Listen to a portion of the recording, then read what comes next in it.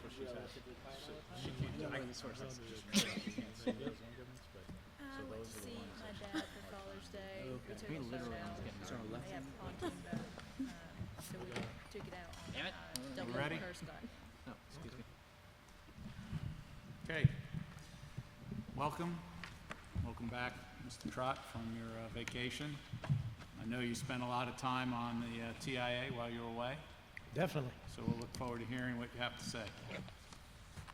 All right. You ready, Mike? Ready to go? Okay. Excuse me, good evening. Traffic impact analysis, or TIA.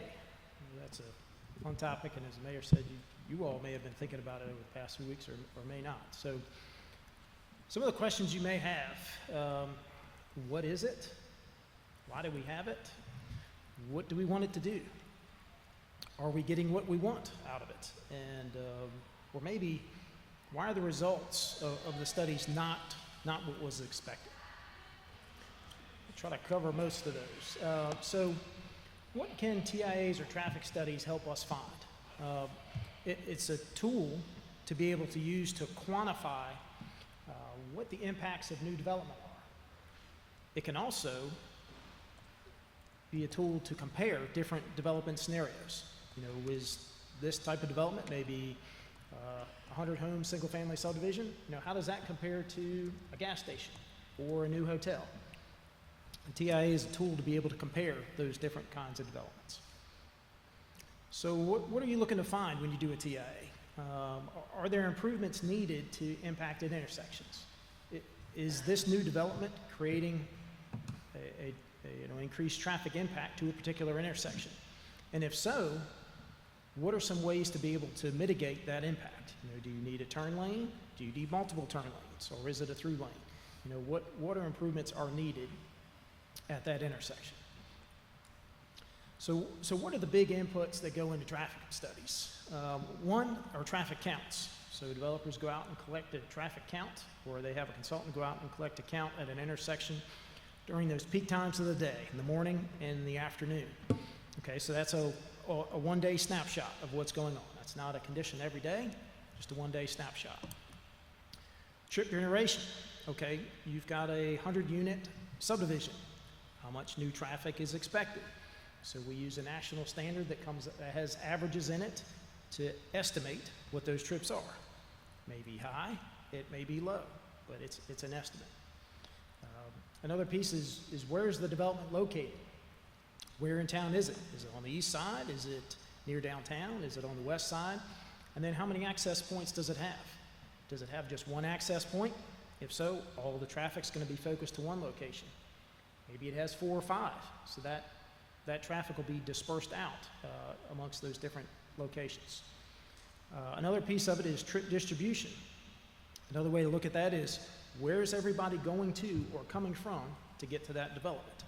So depending on the road network, how many different ways there are, or maybe everybody's coming from a particular location to get there. So you have to make assumptions on that for the traffic study.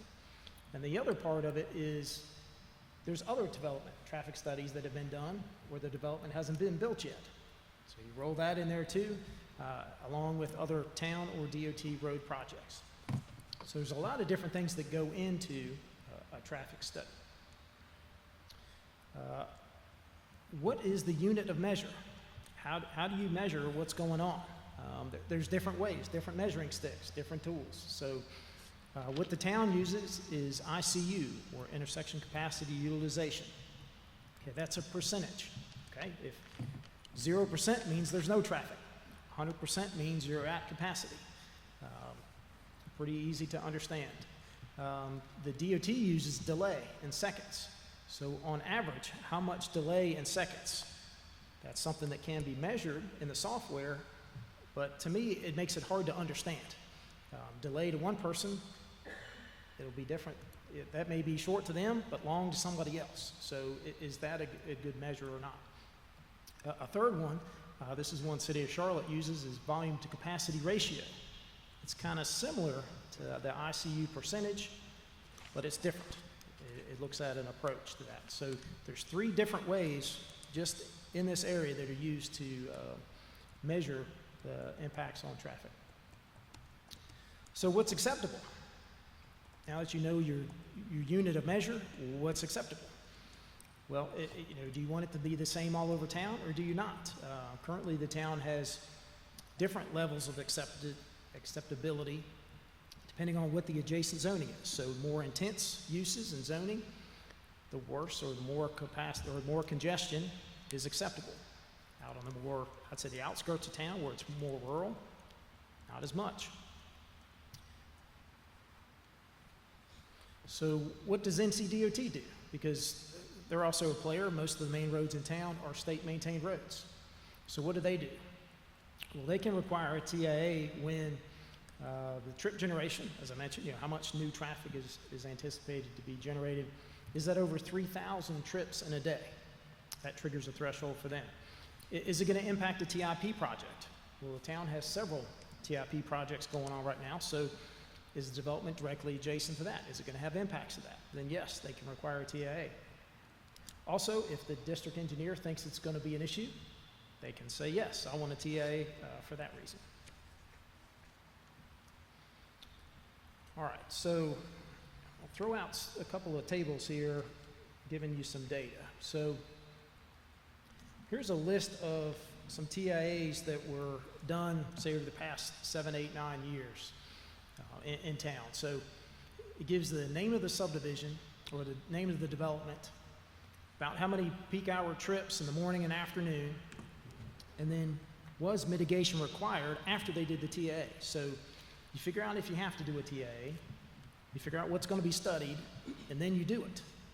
Then once you do it, do you have to mitigate anything? Sometimes when you do it, you don't have to mitigate anything. So you do a study, you figure it out, and you're good, or you do a study and you figure it out, and you're not good, and then you have to mitigate.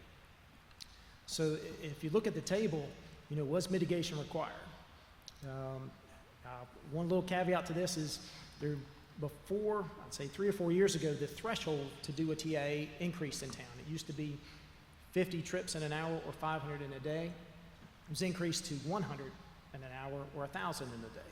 Because looking at the data before then, a similar table, everything below that 50 and 500, there was never any mitigation. So the developers were doing a study, and there was nothing coming out the other side.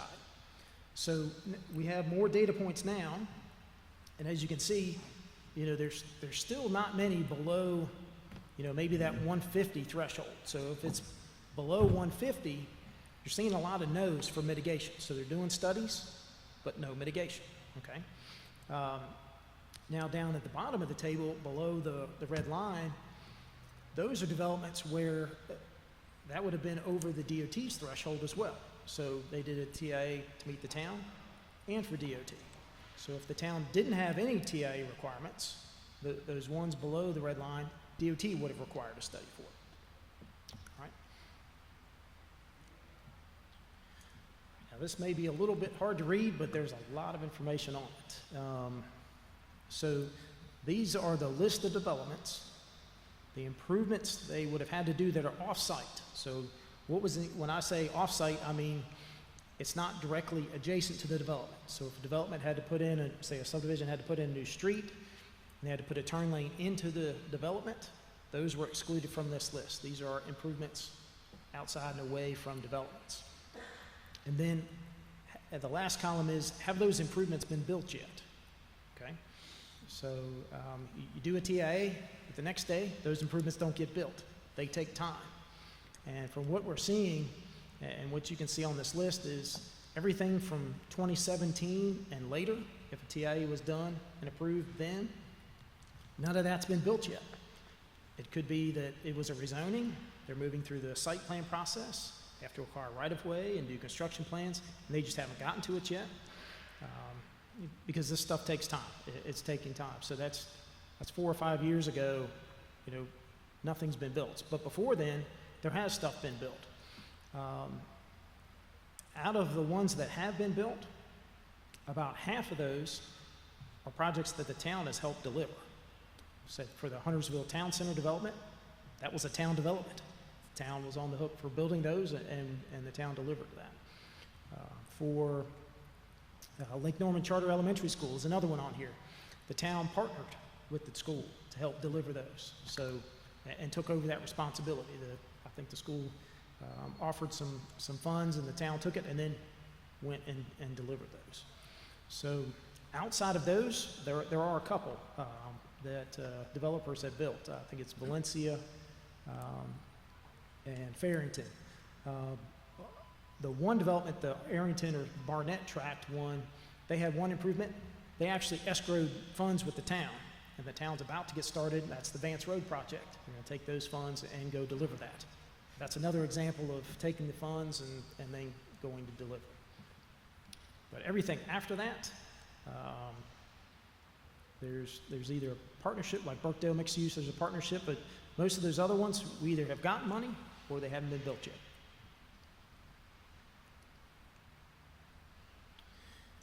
All right, this is a map of town. There's two different circles on here. Ones are the red hollow circles, the other ones are the kind of blue and purple ones. What this is a map of is what intersections would we consider studying when a development does a TIA. There's currently language in the ordinance that says if an intersection is within, say, an active TIP project, which again we have several, 73, 21, Gilead Road, do we want them to study it? Well, the TIP project's probably going to deliver more than what those TIAs will say have to be done. Or are there intersections where the town has a project or is building out to ultimate conditions? If we're building it out to ultimate conditions, why would we have the developer study it if we don't want them to do anything beyond that anyway? So those get excluded. So kind of comparing the two circle types here, it's not quite half. So about half of the intersections in town, we wouldn't have a developer study right now because they're either within a TIP project or we consider them at ultimate conditions. So Can I just ask one question? Can you clarify again? Red is, what does that mean? Red means it's either within an active TIP project or would be considered at, I'll say, ultimate conditions, or the town has a project that's going to take it to that condition. So would we want a developer to put in extra anything? Probably not. So why have them study those intersections? Okay, so on Beatties Ford Road, all these are town projects, but they're not red. Well, I guess there's not a currently funded town project at that location, so those would be ones they'd have to study to see if mitigation would have to be done. So the purple ones are ones we'd have them study. The red ones are ones we'd have them exclude because somebody else is delivering, the town or the state is delivering something there.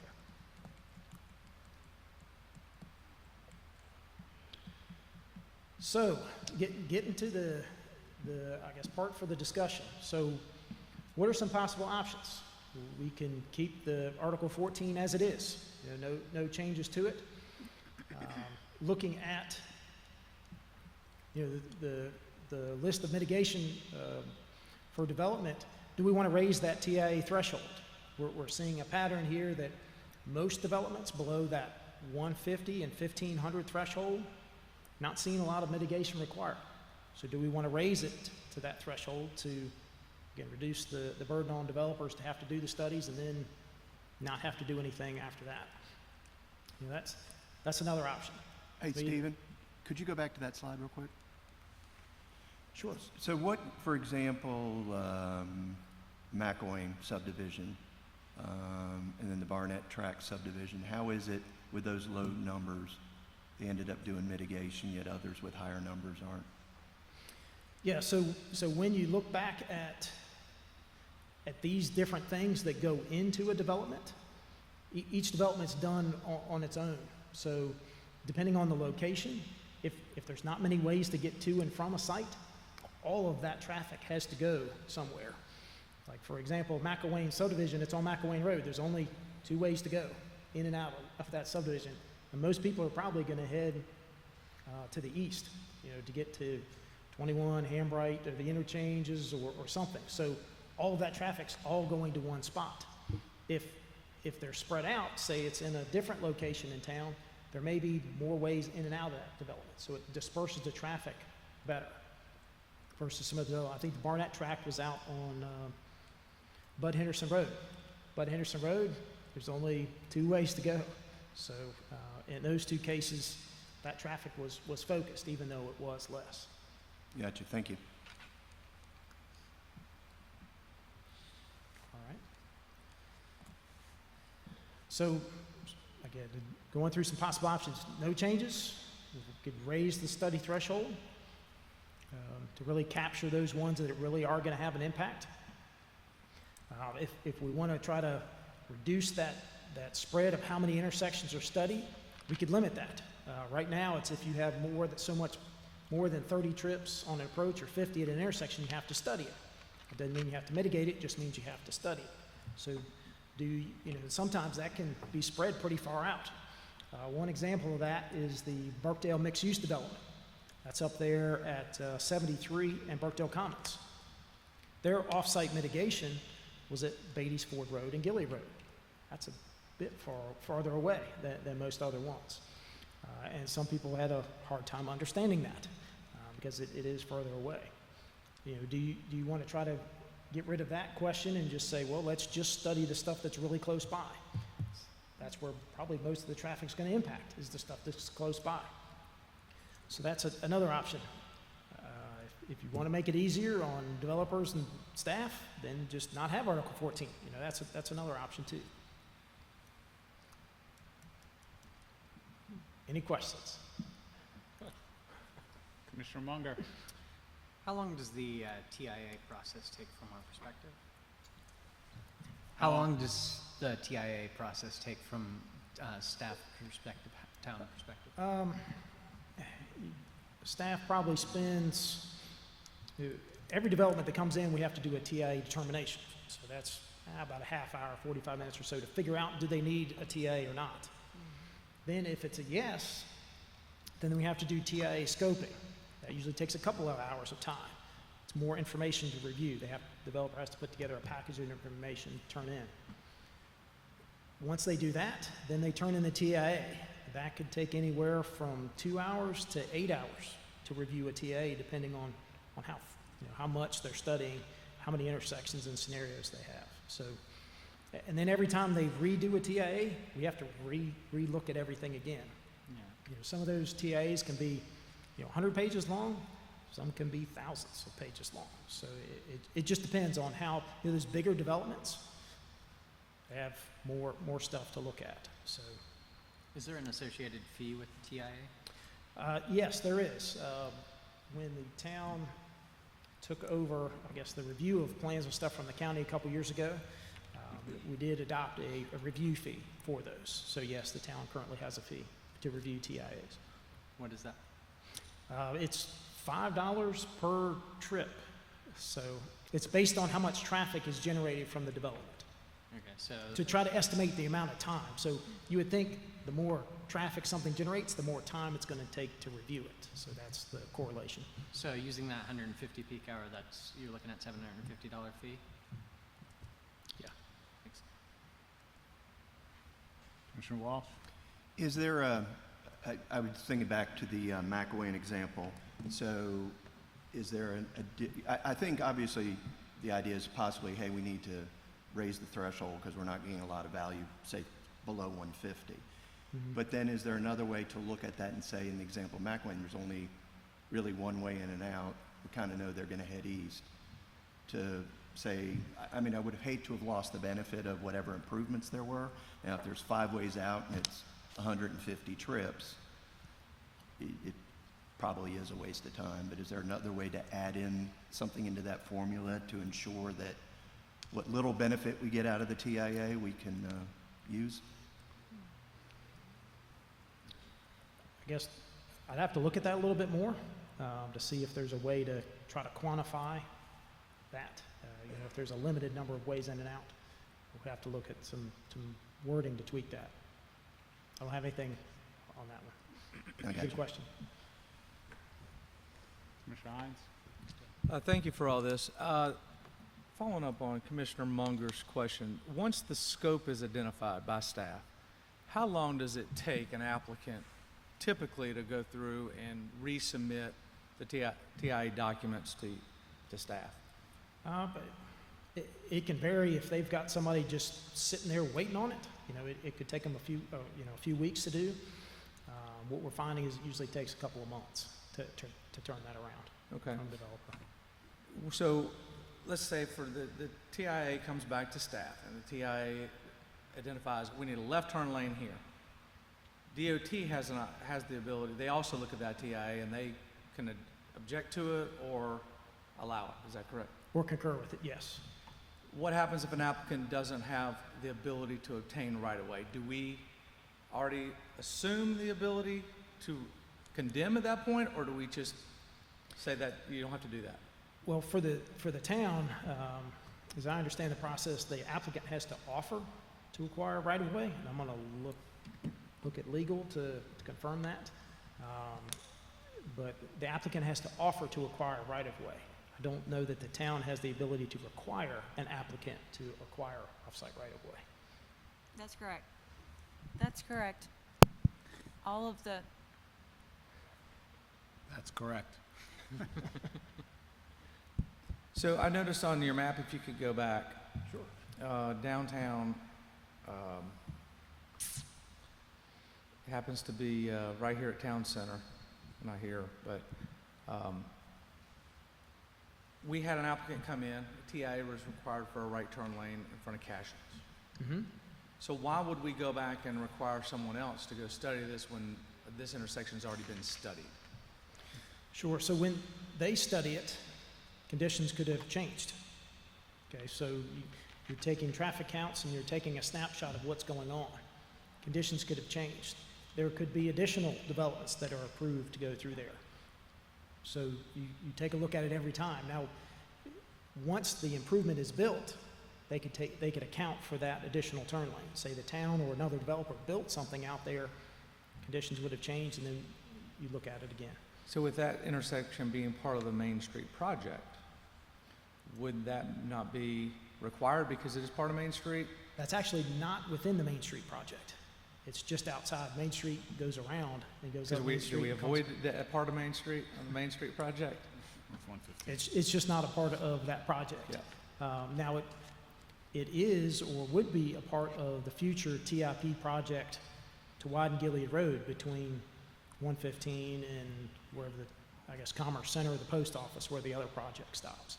So when that project gets further along, it could be that one gets excluded once we figure out what the solution is at that intersection. So let's just play a hypothetical. That intersection was studied. They can't acquire right away for that right turn lane. I don't know what the status of that intersection is regarding that project. Mm-hmm.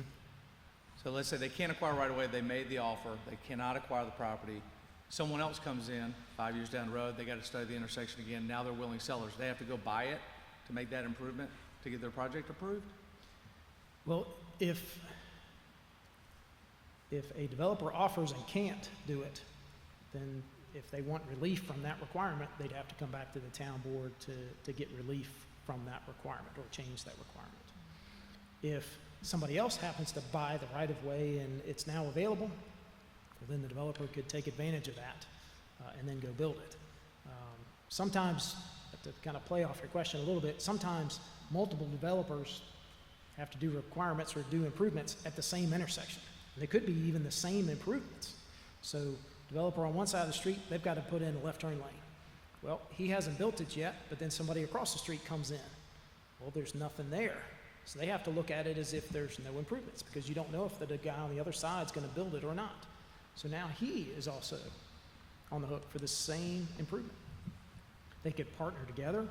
One could wait on the other to do it.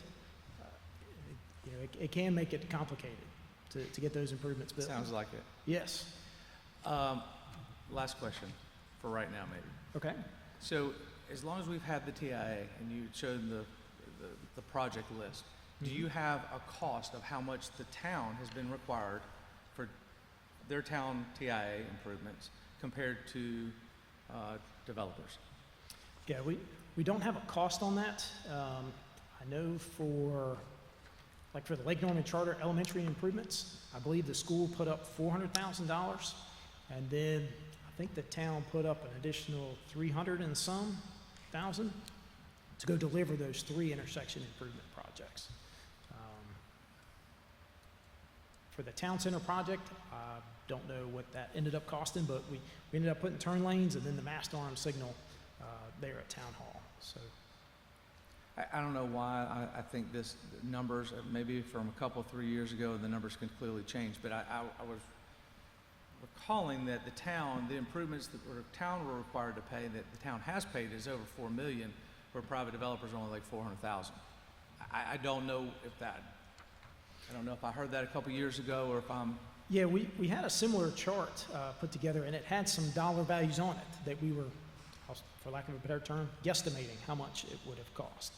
But we don't know how much developers spend on road improvements. We don't, because that's between them and their contractors and their team. They don't share any of that with us. We only know what we've spent on projects. So rather than try to just guess how much somebody could have paid, maybe we just took it off the chart. and I guess I lied because I have another question. So sometimes RTIA, are they still requirements that NCDOT was going to require anyway? I'd say for most of these, and it's throughout the whole list, the town improvement requirements are pretty much identical to what the state requirements are. Okay, so if we chose the option of not having a TIA, a lot of these projects or improvements would still be required by NCDOT to the applicant. Yeah, most of the ones, I'd say the ones below the red line, yes, because they would have required a TIA. They would have probably looked at the same intersections. They probably required the same improvements. Those things are pretty close together. Every once in a while, you'll get a little difference where the town may say, well, it's this, and DOT may say, well, okay, or sometimes DOT requires more than the town does. That happens as well. The ones above the red line, DOT would not have required a study, possibly, and then therefore they wouldn't have required the offsite improvements. It's likely they would have required improvements at the entrance to the development, which are excluded from the list anyway. But Okay, thank you. Commissioner Boone? Thank you, Mr. Mayor. Mr. Trott, I've got 3 questions. If you could go back to the improvement page, I think it's the next one. yes, The very last one, the Sanford Daycare, and the improvements they've got to make is the second northbound left turn lane on 115 to 73. That lane's already there. So there's really no improvement there and just repainting it, I would think. Is that the improvement? the widening's been done, but they'll have to resurface and remark it. They'll also have to make some changes to the traffic signal equipment to get that in. So the cost on that one will be much lower than having to buy right-of-way, widen the road, do that. So yes, it's much less cost, but still an improvement. Okay, my second question concerns the ICU rating for an intersection. And the state is that the seconds of delay, if we have a C intersection and the ICU rating, do you have the delay seconds for the state, what they might be?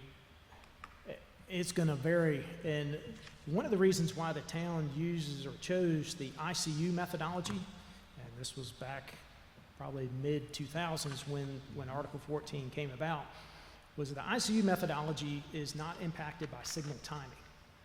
So the delay in seconds, you can change the signal timing and make it look and work better, but you really haven't done anything. Have you really made it better? No, you've just played with some signal timing numbers that may or may not really happen. So to get out of that potential to tweak the numbers and kind of manipulate the results, the town, I believe, chose the ICU methodology because it takes that out of it. The signal timing makes no difference on what the results are. So you can't, I guess, play with the numbers to get the results you want. It's just straightforward.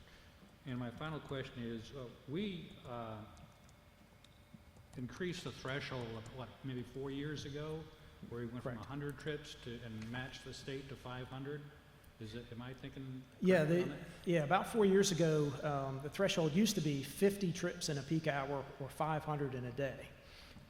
We put together this previous table and showed that, well, everything below that line, there was never any mitigation, there was never anything that came about. So recommended to increase to the 100 in an hour and 1,000 in a day.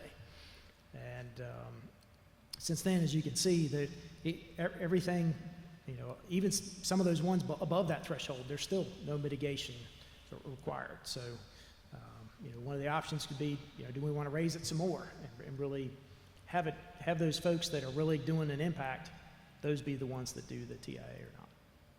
Thank you for the information. I have, can you go back to what could be my second favorite chart with all the circles? Okay. Sure. So if I take away the projects that are in our CIP, for example, on Beatties Ford Road, maybe not funded, but they're in our CIP, 115, 21, 73, Gilead Road, and I take away all the intersections that we are requiring, but yet those roads are scheduled at some point to be improved, maybe not funded.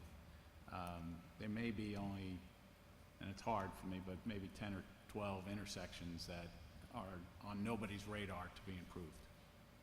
Yeah. I think that's Yeah, it's time. Yeah, hard it's to time. count them all up, but, so, in essence, we're having developers, schools, and then ultimately us, for if a school comes in, to study something that we're planning on improving, or the state is planning on improving within the next 5 to 7 years. It could be. And, you know, over time, as the town builds out its road network, you know, the number of intersections will continue to probably go down. You know, it'll keep getting smaller and smaller and smaller, and then you'll just have a few here and there. That's probably the case. It's going to take some time to get there, as we know it takes a while for DOT and us to do things. But over the course of time, yeah, that list of potential intersections just to study will probably continue to decrease. Commissioner Bales? So then my question to you is, what is your recommendation? Is it a blend of the raise the study threshold and limit intersections to be studied? Or is it leave it alone or remove it? I would say, looking at this table, to me, the recommendation would be let's raise the threshold to 150 and 1,500. It's still below DOT's threshold. To me, if we were seeing there's nobody having to do any mitigation until you get above DOT's threshold, then why even have this? Because we're not requiring anything more than what DOT is. So why make them jump through that extra step for no additional benefit? There are several yeses there once you get above that 150 where they do have to mitigate. So now if we get to a case where, one of the mayor's favorite graphics there, a case where those number of intersections is just a few, you know, if it's just a handful in town, then why go through all of this process for maybe just a couple?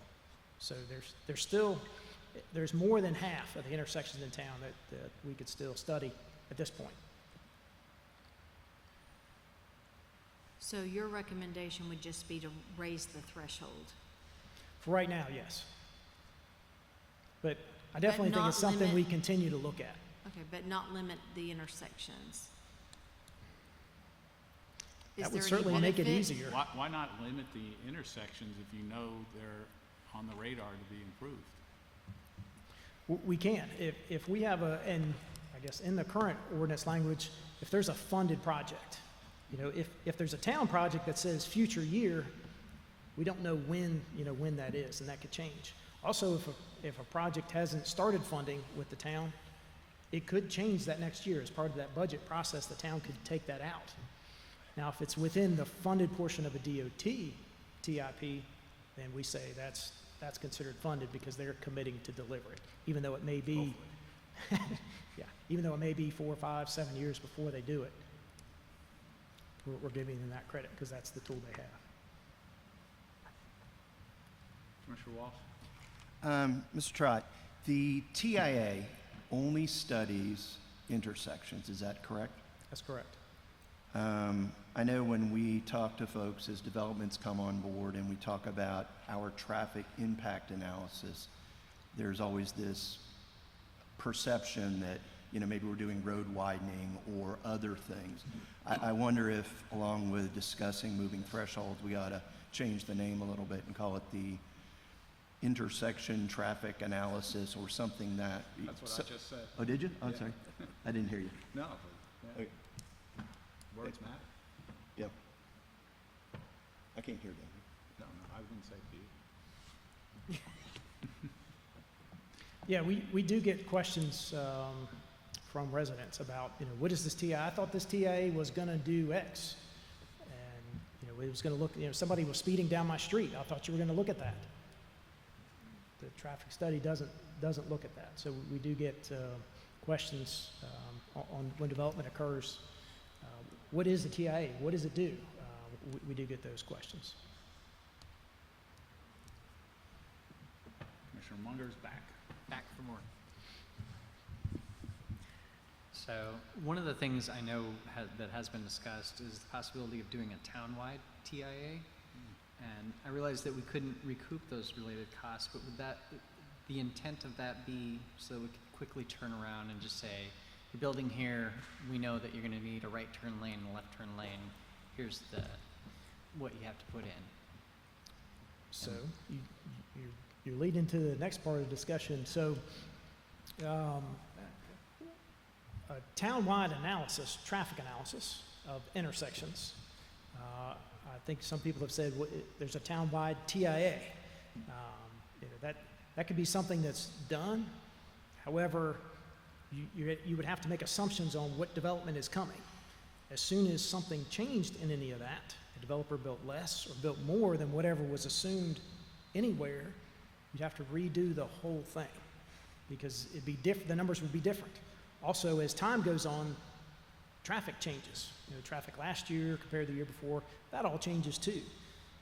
So I would say we would not be able to use that to say, okay, yes, developer A, you need to go do X.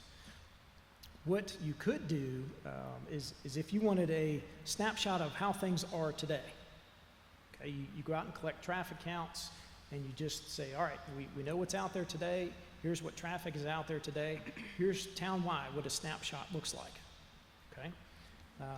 So that could be useful information. Are things operating well or not? Another option is do you take that plus all the approved TIAs that for development that haven't been built yet? Roll that in there and say, well, this is the stuff that's out there now, plus stuff that's approved we think is coming. What does that look like?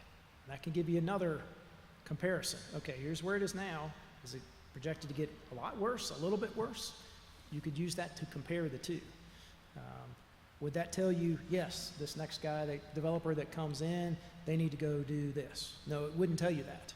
It'd just tell you where you are right now or where it could be if all this development gets built. Separate from a traffic analysis is something called a sub-regional model. So the Charlotte maintains the Metrolina regional model. So that's several counties wide. It's big picture looking at not volumes at intersections, but volumes on roads, like what's going on 115, for example. You could take a more detailed look, create your own sub-model if you want to take a more detailed dive into what traffic could become if certain development occurred. That will give you some more information, but it won't get down to the level of, okay, you need a turn lane at this one intersection and you're great. It's not that fine of a tool. Okay, one more. Sorry. One of the things, one of the proposals you're putting forth is to change that threshold up to 150 trips. How do you determine that 150 trips if you're not doing a TIA on the intersection? If you know today, how would that level change in 2, 5, 10 years if you're not doing a TIA on those intersections? So every development that's proposed, we do a TIA determination to see if they even need to do one or not. So we take an initial look at what use is being proposed. Is it single-family homes? Is it a gas station? Is it a mixed-use center? And all the different uses that may go into that. So we figure out what we think the average daily average hourly trip generation for that's going to be. And we see what that is. If it's below the threshold, then of course we don't do a TIA, but if it's above, then they go through that process. So we do take a look.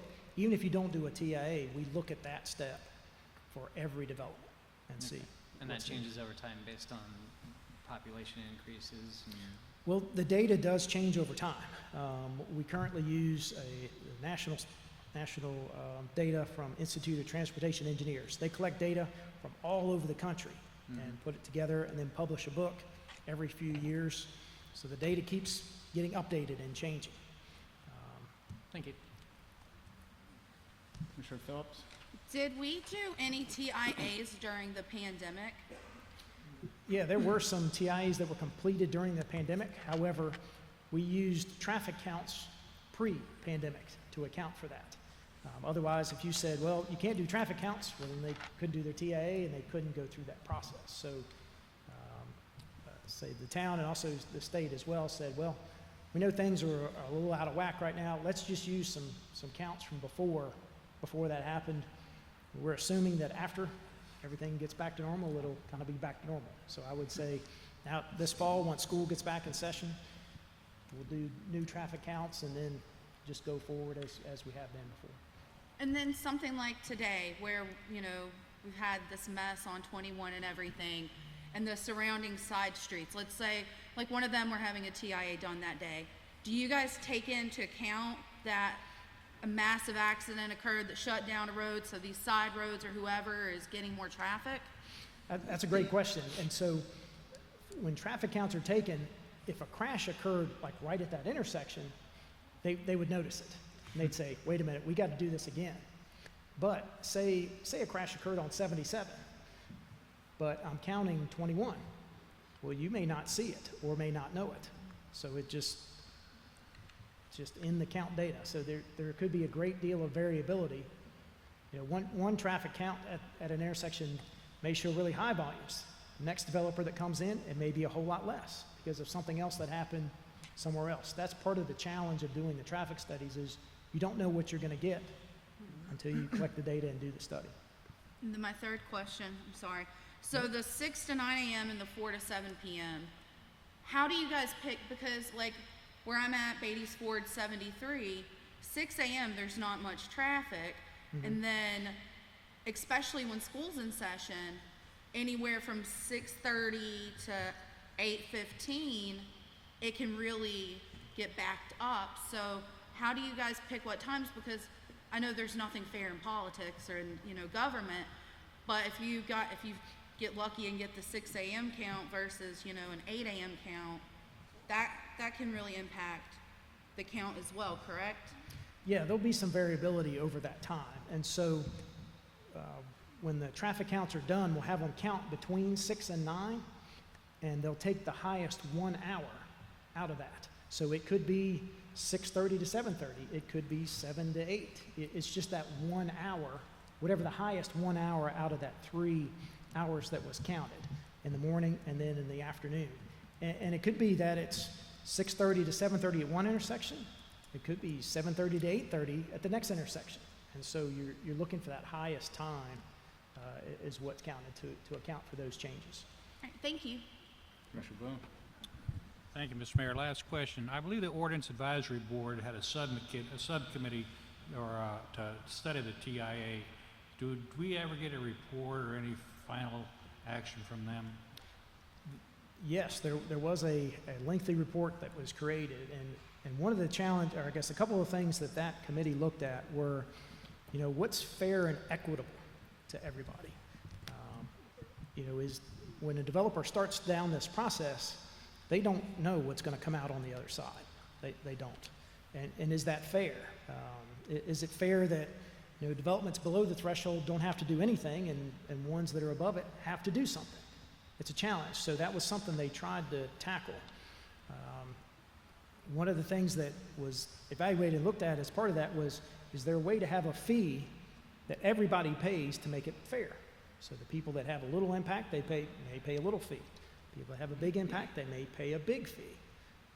But impact fees, as far as I know, in this area are not allowed. So, you know, I think they wanted to look at, is there another tool to use to be able to have a fee? And I think that was one of the recommendations, was maybe look at that some more, coming out of that committee. Thank you. I just have, I think, Anthony, did you have a question or comment? Just real quick, if we raise the threshold, Stephen, could you do 150 to 250 we only review, and then 250 and above is DOT and we don't even look at it? Is that any help? Because they're making you do the 250 and above, why are we reviewing that anyway? And we just stick to that 150 to 250. Just a thought. Well, I have a question for you. So you have three inputs. You have your time, staff time, developer time, the cost, and you get an output, an improvement and no improvement. Do you think at this time we're getting the desired outcome, the desired output? Or is it, do we change it to intersection analysis and update it from the 100 to 150 and 1500? I'd say we're getting some limited benefit from what's being done right now. It takes a long time. You can see from the chart I've got up there, everything from 2017 and later, nobody's built anything yet for one reason or the other, whatever it is. So it takes a long time to see the benefits. And then, half the time it takes the town to help push it across the finish line. So it's taking a lot of staff time to get some benefit out of having the TIA. Do you have another question? Well, I think you just kind of answered that. I think, but I know we have to look at the big picture. A lot of things would fall over the 150 or 1500, which would be like schools. Would that be an example? A school, well, the state statutes changed a few years ago to where municipalities could not require a TIA of a school if the school was on a state road. Now, if a school is on a town road, the town could require that, but would have to, I think, reimburse the cost of the study and reimburse the cost of any improvements done. So you're kind of, the town would basically just be taking it on to do everything, at that point, if that was required for schools. Yeah, I mean, I'd like to see a little bit more, like, how would it benefit the community? Because what I'm hearing is, we're duplicating a lot of NCDOT efforts. We get very limited output from this. We're taking a lot of staff time. So, I've been involved in, I know the town has been involved in TIA for, I don't know how many years, 10 years. Being on this board for the last 3.5, we've constantly spoken about it. To me, it's clearly not working. I'm just wondering what's the benefit to us at this point. It's not popular because people think that that's what's causing people to get road improvements, but that's not it at all. So I think it's false sense of, in a lot of different ways. So, I'm more inclined to, let's just kind of remove it while constantly trying to figure out a different widget to benefit, our road infrastructure. We can't do impact fees. Our HOAB board, who is probably by far the most qualified from all ranges of businesses, they're even confused by it at times, and we just don't know what to do. But I think the time is kill it, try to figure out something to do in the meantime to kind of create a different widget, put it that way. Yeah, I'll say the challenge for developers is they have to front money to do all this. So they have to pay to do the traffic study and then pay for improvements. I would guess that developers pass on that cost to the people that buy the development. If it's a single-family home subdivision, then they'll pass on that cost to those residents of that subdivision. Is that fair or not? That's a question. Would it be better to have an increased vehicle fee? The traffic impacts are created by vehicles. If nobody's driving anywhere, you don't have any impacts. So, is that a better tool to say, we'll get more money and we'll put it all towards road improvements and making it as good as we can, based on what actually happens. TIAs are a projection of what could happen, not what has already happened. So you're trying to look into the future a little bit and see what could happen, Whereas if you just analyze what's already happening and try to fix those problems, maybe that's a better way to go.